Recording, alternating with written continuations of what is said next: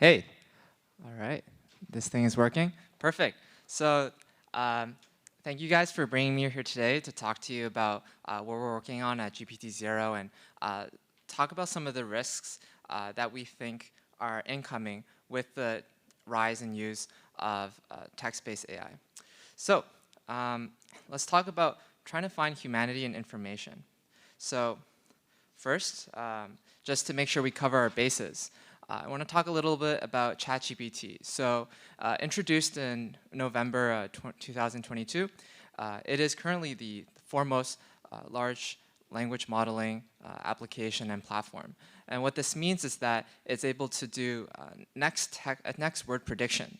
So you can give it a question, you can give it a prompt, and it'll try to fill in what it think would logically come next. You can turn this into a question and answer bot, a poem writing bot, et cetera, et cetera. The possibilities are limitless. So as we've seen, it's had amazing adoption. So just in 2 months, it was able to reach 100 million global monthly active users. And by this point, that number is probably much higher. Some of the biggest applications include writing, doing marketing copy, coding, which is a big application I use myself, brainstorming, etc. So can we think about, what are the possible risks of having a large language model be the basis of how we get and also share communication? And so I'm here to talk about, well, I think there's 4 big ones. And these are not risks that are like, oh, a bad person trying to use a large language model to do bad things. Like, of course, anyone can try to write like a bad piece of text, if they wanted to. But what are actually the inherent risks of us using this as a society in kind of a benevolent, like naive way? And I think there's 4 that I want to drop into. So let's talk about the first, which is that automation kind of diminishes the value of writing, and more importantly, that violates a lot of the societal norms we expect when we communicate with each other. So I want to introduce you to Coco.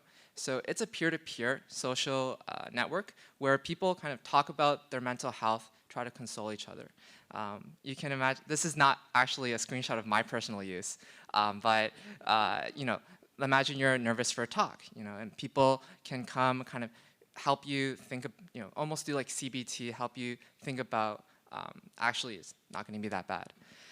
And so in January 6th, they kind of got a little bit blown up on Twitter. And so the creator decided to do an experiment where they, for 4,000 people, instead of having a human peer talk to the users, they had GPT-3. And so, on this big Twitter thread, kind of talking about the results, kind of the takeaway is, once people learned these messages were co-created by a machine, it didn't work, right? The simulated empathy felt weird and empty. And this is, in part, there's a bigger backstory to this, and some ethical questions that were only half answered. But fundamentally, right, as you can imagine, people kind of expect to be talking to a human when they talk about intimate things, personal things, right? And why is that actually at a fundamental level? And I think part of it is that we actually like the fact that writing takes effort. And it actually signals a lot of like expensive things, right? Like, why do you wear expensive clothing, right? It's signaling, right? And for us, there's this explicit assumption that for meaningful personal communication, right, we want it to be coming from a human, because that signals that it was worth the communication investment.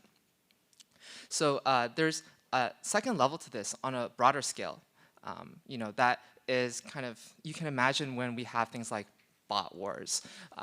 When this is an example of an analysis done on a hashtag with pro, anti, and like purely kind of sales bot communicating with each other on pretty controversial topic, Ukraine-Russia war.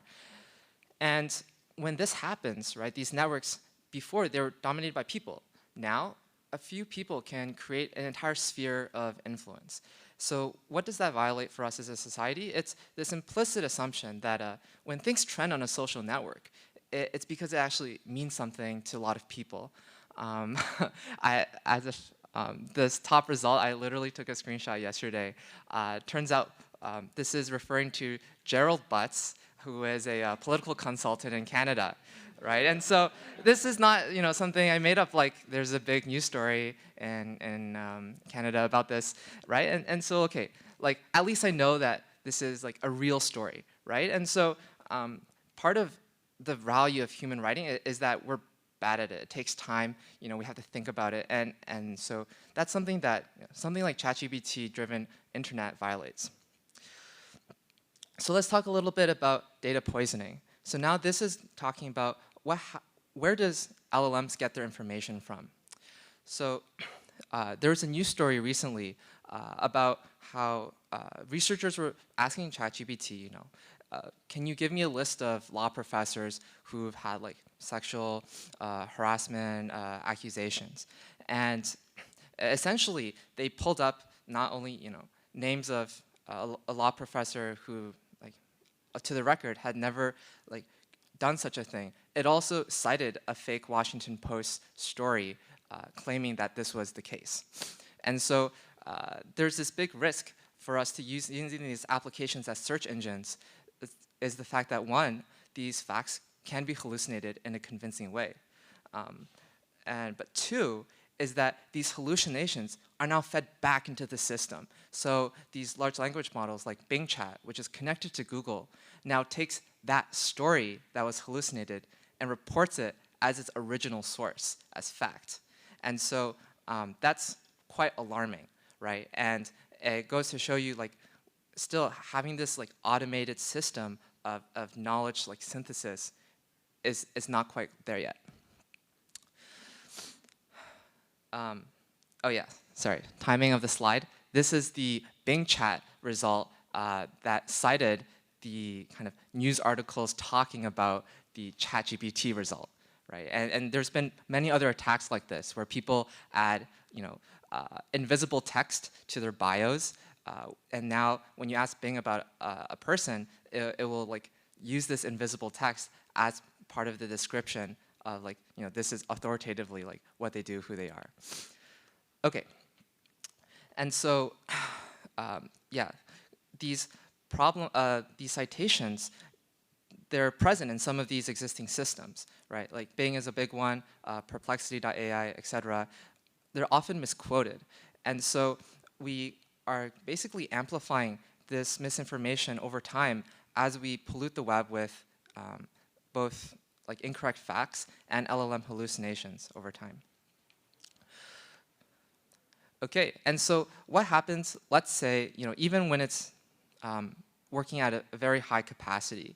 And actually, to give a little bit of background, I come from self-driving car like research. So I used to be a machine learning researcher working on how do we help cars drive safely on the road. And it's really interesting to find these parallels in the LLM kind of ecosystem. So there's one example where CNET used an AI to write financial explainers for nearly 75 times since November. This was actually kind of revealed after the fact, after these articles have been out for like a couple weeks. And so, on the byline, it said, this article was generated using automated technology, thoroughly edited and fact-checked by an editor on an editorial staff. Sounds good enough, right? Empowering editors to work more quickly. So after Futurism notified CNET of major errors, they actually had to correct most of their AI-written articles, some of which had major errors on financial advice and explainers. So how can something like this happen? So we have this system where automation, there's this in-between moment between when it's perfect and when it's not working well, where it's actually this kind of uncanny valley where it's not good enough for us to completely rely on it, but we actually become less aware of its faults. And so this in self-driving is called the irony of automation. Right? So the better the automation, the less the human drivers pay attention to the system, less capable they will be to resume control. And so In the same way, we're kind of seeing this phenomenon with large language models where people using it for benevolent purposes are not attuned to its mistakes. And the last thing, well, just being a little dishonest, I will bring up a malicious use case, is that it enables scalable security attacks. There's a lot of writing, like CSO online, about how these systems can essentially be used to automate personalized phishing at scale. And so, this is a fairly kind of typical example. And when you see this, you're like, okay, most of us would see that and be like, okay, this is obviously like something fishy, right? But there's all these kind of interesting analyses on how to scale up these kind of attacks. So when you see an email like this, you don't think anything about it. But what happens when you convert it to an email chain, right? You have some small talk, some discussions with other companies, some contracts going back and forth, and then finally an email lands to you telling you from your boss that, hey, we signed this contract, did all the due diligence, and can you wire the money, right? And all of this completely generated in an automated way. So this opens up the possibilities for phishing in a way that we haven't imagined before. Just a little short preview. We took a very simple example from one of these analyses, put it through our detector. Hey, nice, we got it this time.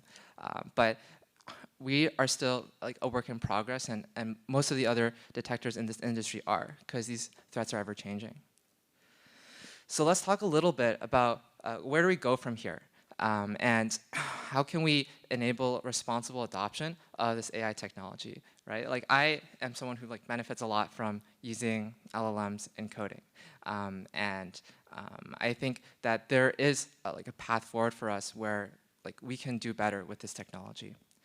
So I think given these risks, in my opinion, I think there's a few key points we can emphasize in order to enable AI safeguards, right? And this is not complete AI safety. This is not really kind of attuned to the broader will AGI take over humanity discussion. I'm kind of thinking a little bit more short term, what do we need to focus on now? So I think one thing, and obviously I believe in this because we're working on this, is to spot and deter the misuse of AI-generated text through detection. We also should have better systems to verify causal relationships when something cites something else. Was that actually a factual citation? We should also rely on search networks that use people and kind of peer-to-peer instead of algorithms. So the biggest example of this is how people use Reddit now as a search engine to get real answers instead of Google, right? Because whereas Google has kind of been taken over by the SEO play, Reddit has seemed to preserve this property where you get the actual information you want. And part of that is relying on people to provide these answers. I think lastly, we should ask for platform-level transparency on AI prevalence. So when you are using a platform, how much of the users are have warning signs of being AI generated? How much of that content is being flagged for this detection? I think for us as users of these very non-transparent, privately owned corporations, we should demand better. And so let's talk a little bit about GPTZero and kind of the part that we are trying to play in all of this. So we provide a platform for people to detect AI-generated text at a simple level. And so by looking at the entire document, we try to infer at a sentence level what sentences are likely to be generated by AI. We have a dashboard that allows people to run it at a high throughput with batch uploads, result interpretations, and also API access. Just to introduce a little bit about who we are before we get into the technicals, I am the CTO, Alex. Previously, worked in machine learning engineering at a couple companies, large and small, and actually dropped out of my PhD in order to kind of work on this like pressing issue. For me, it was kind of like, well, the whole point of doing research is to work on real world problems like this. And you kind of see in a little while, once it took off, it was very hard for us to kind of delay taking on this, this responsibility. Also, shout out to my co-founder, Edward, who he actually built the first like version of this thing. It exploded, right? And then we're like, we have to productionize this. And so his background in journalism and Bellingcat, has been invaluable. So over the course of, after we launched in January, this thing really went viral, right? And tapped into kind of a lot of the growing concerns amidst the waves of AI hype and optimism, which is that people like you and I, we're worried about some of these risks. So what can we do about it? And so jumping a little bit back into kind of what we provide for developers right now is we have an API. This allows you to do an in-depth analysis of documents in order to documents or batch file upload in order to get some understanding of the use of AI. So on a sentence level, we return a simple binary generated probability. On a paragraph level, we compose the sentence probabilities. And this is the granularity we typically advise users to look at text at. Because the more words you have, the more confident you can actually be in any one prediction. And so typically, a lot of our users, like educators, they don't care about the sentence level, right? They're actually concerned, like, on a large scale, paragraph basis, are people using AI for writing instead of having a human do it? And then lastly, we, on a document level, kind of provide two important probabilities. One is just what is the average number of sentences generated by AI? And second, this is actually what is the probability the entire document was generated with AI? And so while a lot of people don't really care, let's say if a sentence or two was using AI, right? People are more concerned, like, was any human involvement entered into the creation of this document? And so the second probability is lower than the first one because you're basically multiplying these probabilities. And so that's kind of like the broad framework of what we provide. And so thus far, the reception has been fairly positive. So as of date, we've had 3.5 million users of GPTZero, 400,000 daily API calls, almost 1 million monthly active users, and over 40 organizations integrating the API. We're working with some of the largest learning management system platforms, as well as platforms that do learning skills assessments, peer-to-peer grading, and work with applications in a broader context. And so in addition to some of these, we have a lot of kind of unannounced collaborators and partners whose use cases I'll be mentioning a little bit down the line.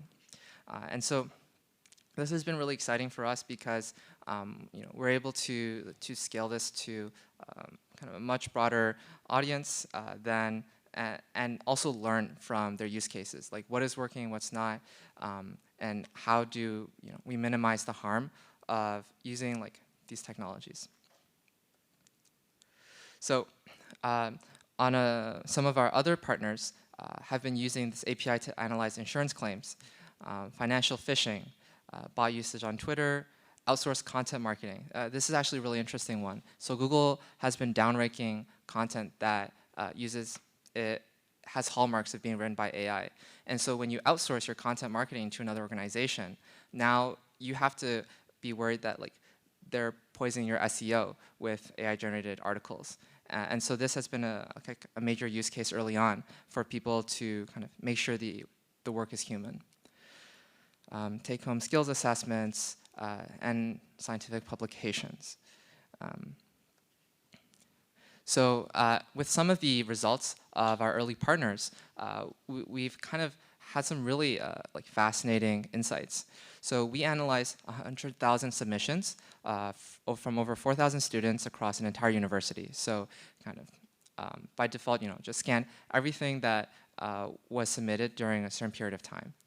Overall, we found about 1.5% of submissions being identified as likely AI generated. Up to 20% of the submissions for a single course were AI generated, and in the worst case, 14 submissions from a single student was labeled as such.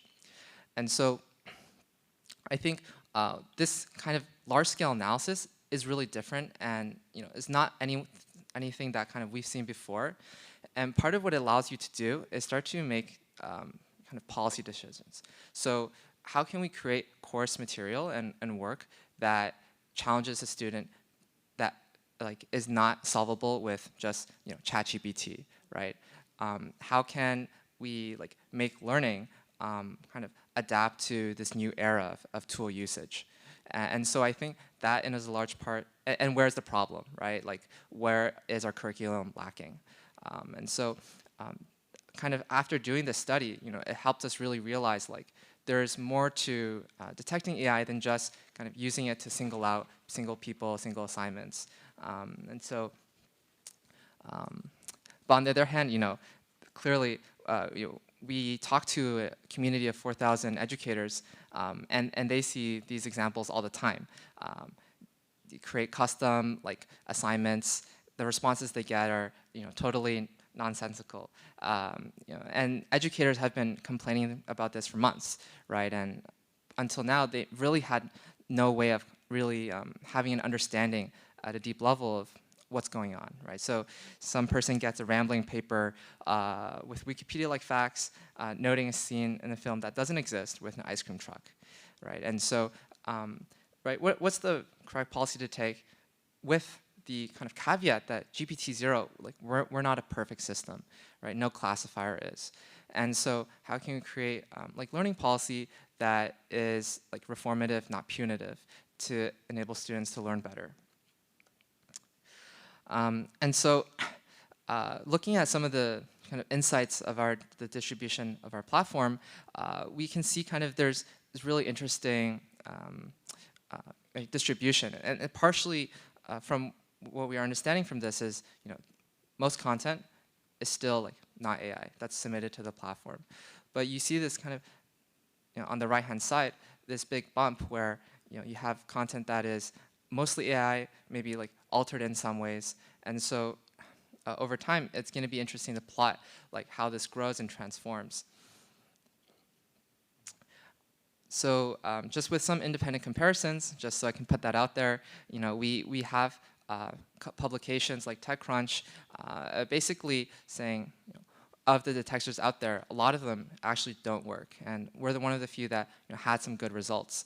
And so that gives us a lot of confidence.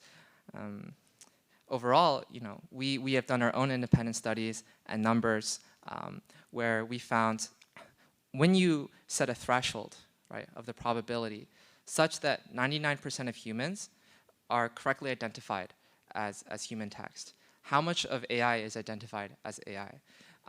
And this 99 number, ideally we actually want this to be higher, 99.9, 0.99. But at this starting point, we find that we're still capturing the majority of AI-generated text. However, there are limitations. We believe we should not be strictly used to determine when cheating occurred and to fail a student, to do something like that, because we understand like that 1% like matters, and like that's not kind of an acceptable risk level to take at this point. And so working with our educator community, we found certain solutions that we think work. Retesting students in a controlled setting, on the topic that they were flagged for. In addition, like crafting policies and like assignments that are GPT resistant.